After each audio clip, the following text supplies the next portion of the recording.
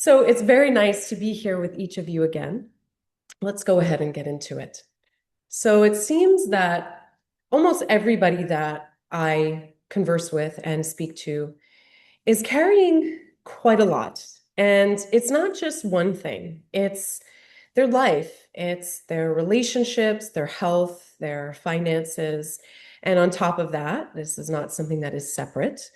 The speed of everything that's happening, the chaos that's ensuing, the amount of uncertainty and rapid change that's happening within our world today. But it's not just that difficult things or challenging things are happening, right? That's always been true. Rather, it's that now things are tending to speed up and we see everything, right? We see everything and we see it all the time with these devices that have become entirely integrated into almost everything that we do. We wake into a field of constant lives unfolding, and we fall asleep often holding that same field in our awareness. And so, somewhere along the way, we have started to take in way more than we can actually metabolize. And that's not just the massive amounts of information, it's emotions, our own and others. It's this sense of urgency that things need to speed up and we got to catch up with it real quick. It's fear. Fear's always been here, but it's just cloaked in so many different experiences. And there's just so much noise. Not only do we got to deal with the mental chatter that's always there, that monkey mind, but we now have the visible and invisible forms of technology that permeate around us, around our planet 24/7. And somehow we're just supposed to kind of keep on, carry on like things are just normal. And the thing is, most of the time, people appear to be rather normal, whatever you want to see that as, right? People show up, they smile, they do what's expected of them. But what we're starting to see at a massive scale is that underneath that, there's stress and there's pressure and there's frustration. And a lot of people are just exhausted.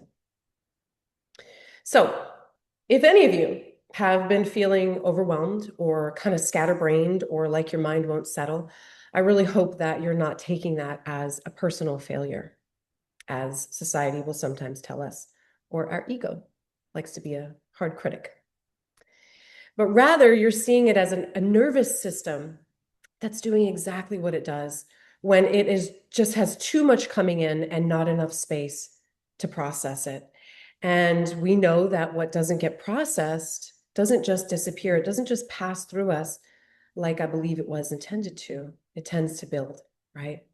And so in the physical body, that can appear from anything from minor discomforts to some pretty chronic conditions and dis-eases.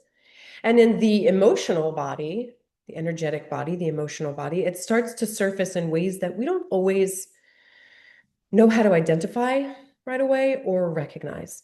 And that can be a form of subtle depression or anxieties or restlessness, irritability, numbness, a sense of kind of overthinking everything, that you got so much going on in your mind. Or maybe there's just kind of a subtle something going on in the background where we know something's off, we just don't necessarily know what that is. And in these spaces, oftentimes we try to fix those, that we try to fix it immediately, right? We try to think our way out of it. We try to control our way out of it. We try to distract our way out of it.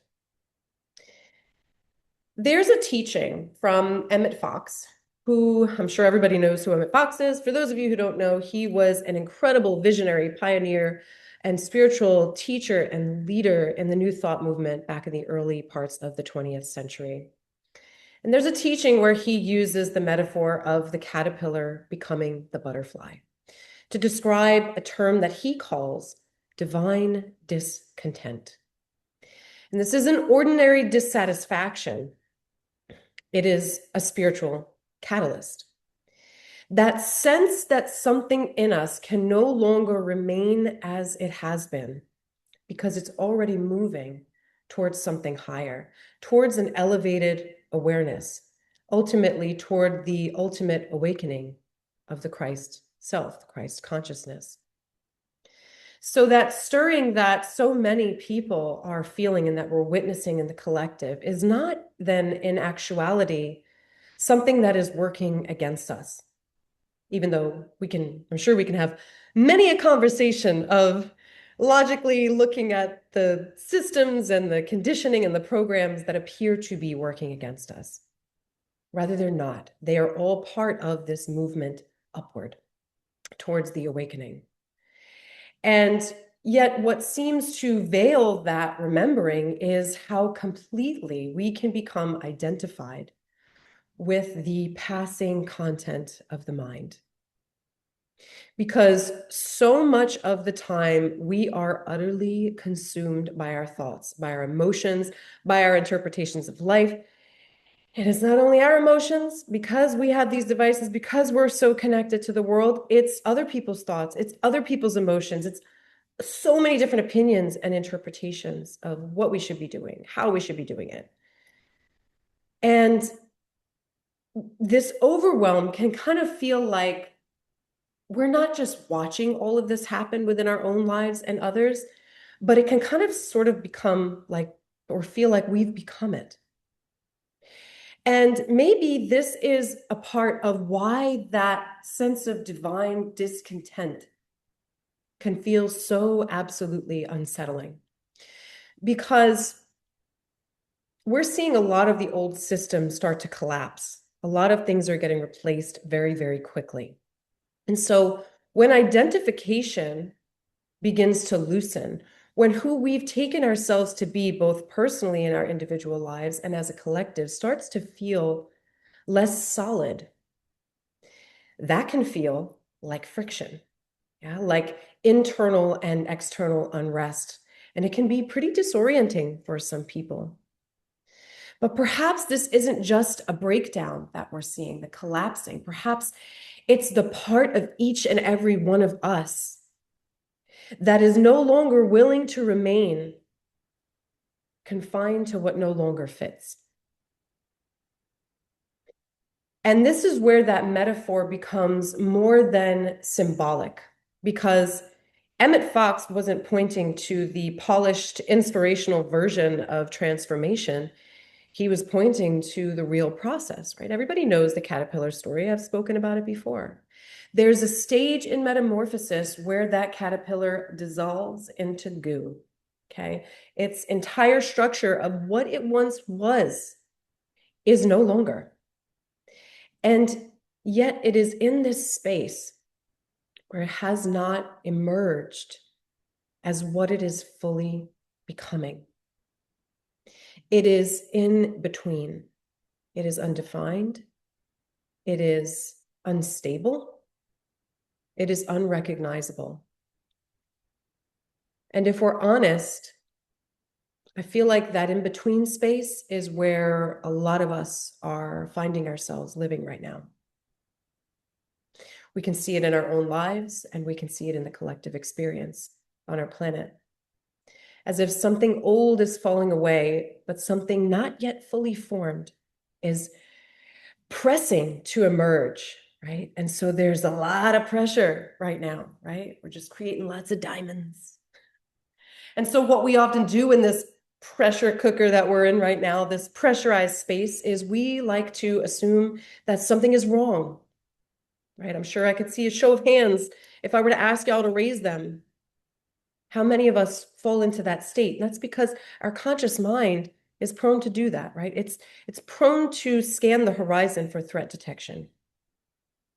And so in those states of that pressure and scanning that horizon, almost immediately the conditioning and the programming comes in, right? We distract, we numb, we consume, we stay busy. We pause, we rush to quiet the discomfort, and we rush to fill in the spaces.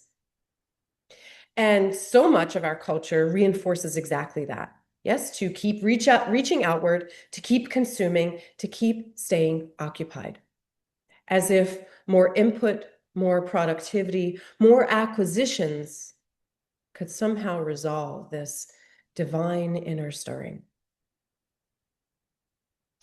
And so we try to force resolution, we try to return to what is familiar, and ultimately we try to reconstruct an old identity.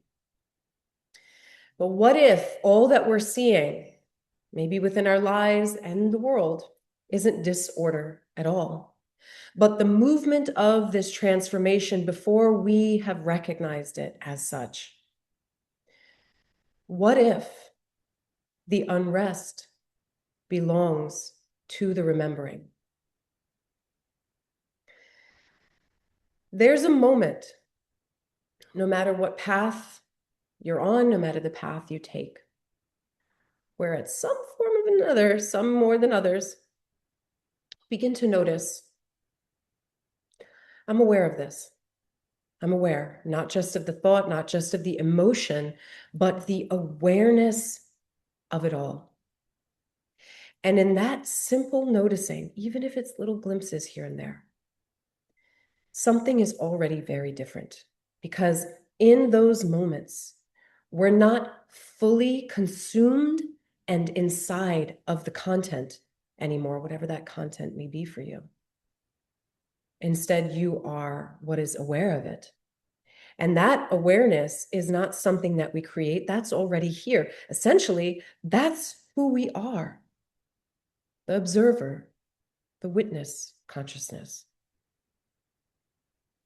And so even in the middle of thought, even in the middle of emotion, ours and others, even in the intensity that is happening in our world and the things that feel so very real,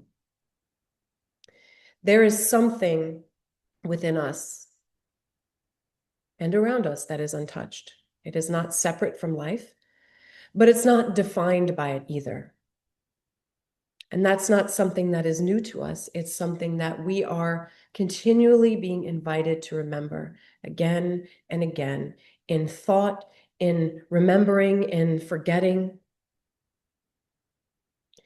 Beyond the thought, beyond the emotions, there is awareness. Beyond the division of right and wrong, there is a field. And beneath all appearances, there is what is real.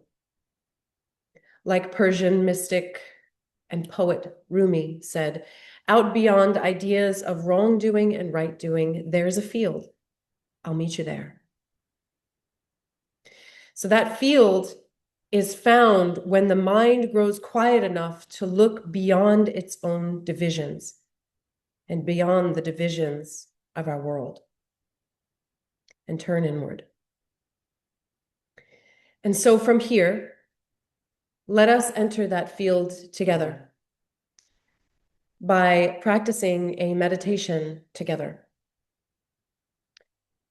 If you are in a comfortable position to do so, please sit up nice and tall, and you are in a safe space to do so, please begin to close your eyes. If closing your eyes doesn't feel safe or comfortable, you can gaze at a spot in front of you, fixating your eyes on that spot.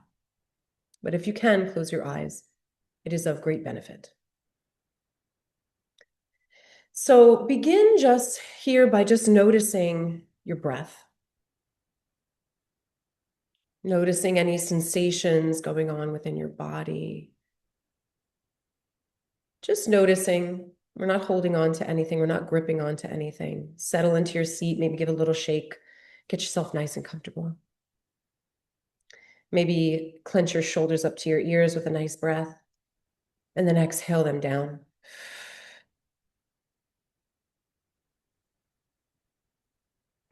In a moment, I'm going to be guiding you through some breath work. We'll be doing 6 rounds of parasympathetic nervous system breathing to help us and prepare us to go deeper. So in a moment, I will be guiding you to inhale through your nose for a count of 5. And then on the exhale, you'll be pursing your lips just like you're drinking through a straw or you're blowing out a candle. And you'll be exhaling for a count of 8. And don't worry, I will guide you all through that. So first, right at wherever you are right now, you're going to go ahead and take a nice deep breath in. Breathe in more air than you think you can. Go ahead and breathe it in. And then when you're ready, purse your lips and go ahead and exhale all that stale air out of your body. Let it all go till you can't breathe it out anymore. And let's begin inhaling for a count of 2, 3, 4, 5. Exhaling, purse the lips for 2, 3, 4, 5, 6, 7, 8. Inhale through the nose, 2, 3, 4, 5. Purse the lips, exhale through the mouth for 2, 3, 4, 5, 6, 7, 8. Inhale through the nose, 2, 3, 4, 5.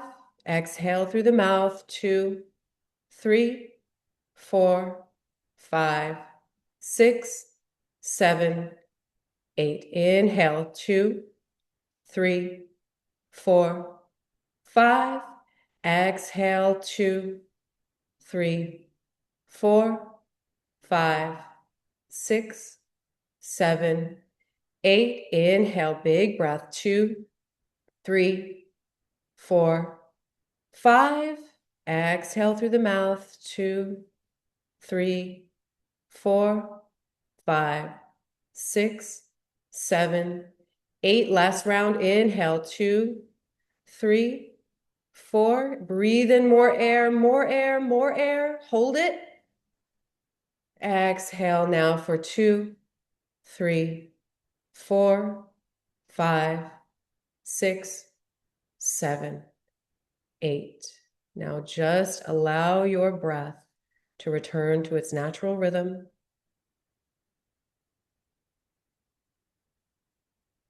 And just take a notice of how you feel. How does the energy in the room feel?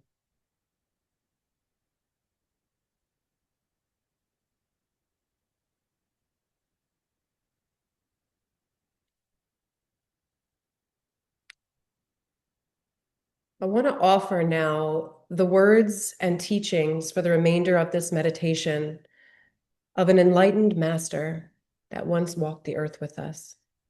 His name was Ramana Maharshi. And these words are not ideas to think about, but rather they are an invitation into direct experience. In other words, let the words point you inward.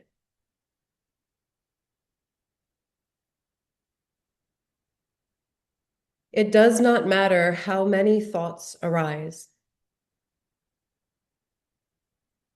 As each thought arises, inquire with diligence. To whom has this thought arisen? And ask this self-inquiry. Who am I?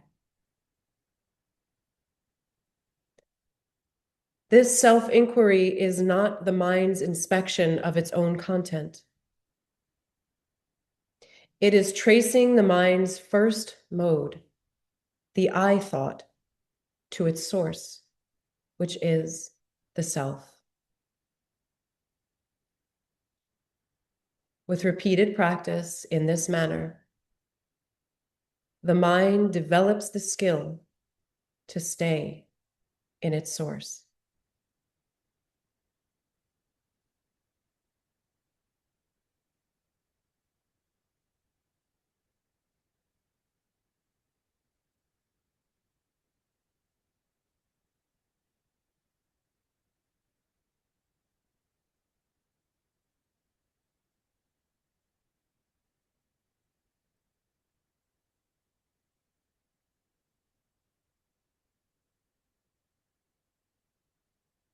Let go of the passing thoughts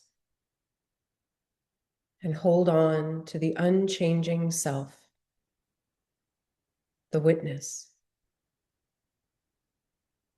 As each thought arises, gently inquire Who am I? Who am I?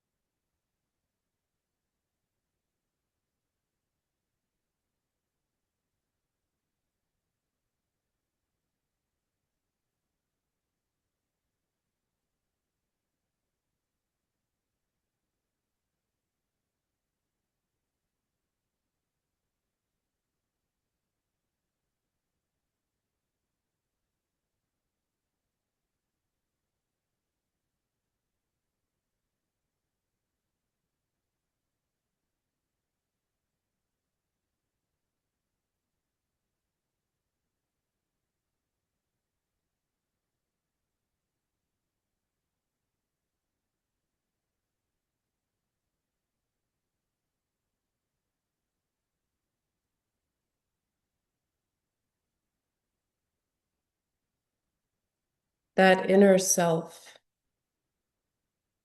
shines in everyone as the witnessing awareness. The self shines by itself. That inner self, primordial spirit, eternal, ever radiant, full and infinite bliss, single, indivisible, whole, and living, shines in everyone as the witnessing awareness.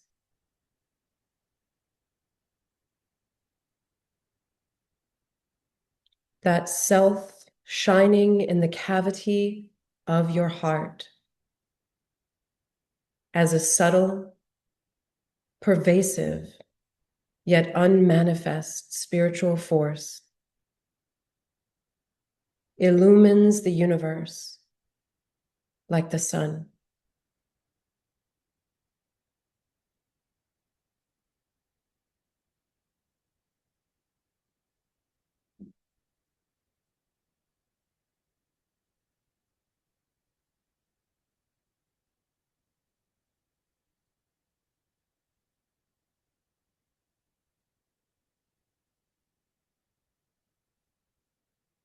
Begin to deepen your breathing here.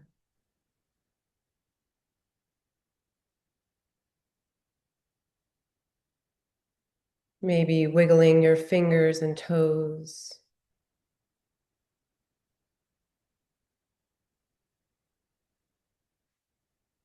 Entering back into the breath and the body and the space. When you feel ready, you can open your eyes. And may you remember through the inner cavity of your heart, you are the light of the world.